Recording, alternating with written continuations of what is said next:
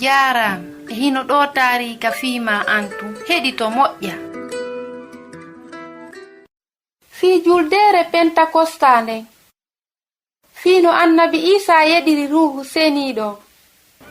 Yimɓe ɓen ardi cenɗe ɗen fof woɓɓe ko ka jananiri iwri ɓe hewti Yerusalaam fii waɗugol juldere yawtanede nden. Yimɓe guluujino e hoore ɗate ɗen. Nden nyande taalibaɓe Isa joomi on mottoniri e nder suudu fii waɗugol toraare. Tunde wootere ɓe nani hawa hendu tiiɗundu.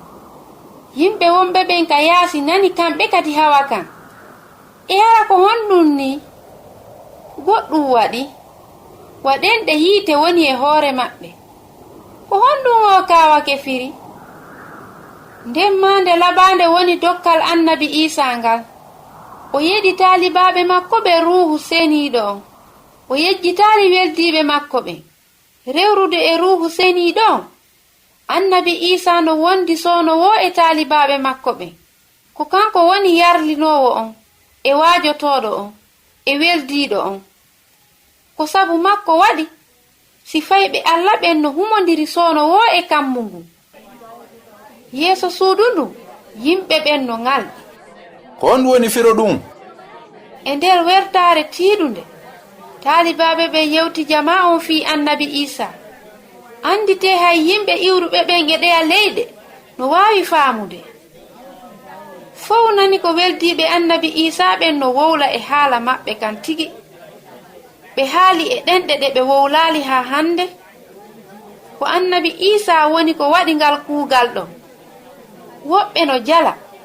Eyo, ɓe fof hiɓe yari. Ɗum no dawani nyalɗal ngal.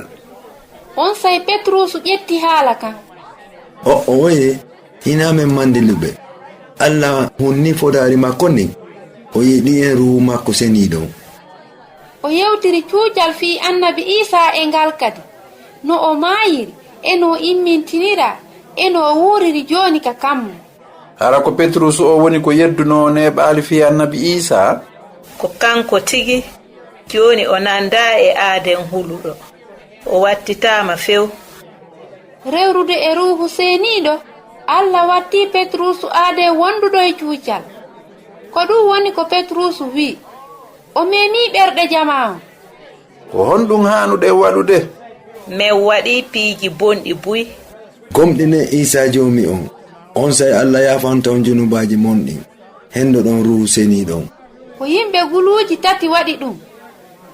Ɓe noddi annabi Isa e fee waɗugol toraare. Ɓe hisina ɓawto waɗugol maɓɓe juldere Pentakosta nde. Taalibaɓe ɓen heɓi weltaare heyre. Ko Husaynatu wonno e yewtude mi weltanike ma fii ko heɗitiɗa ko hiɗen e saayi.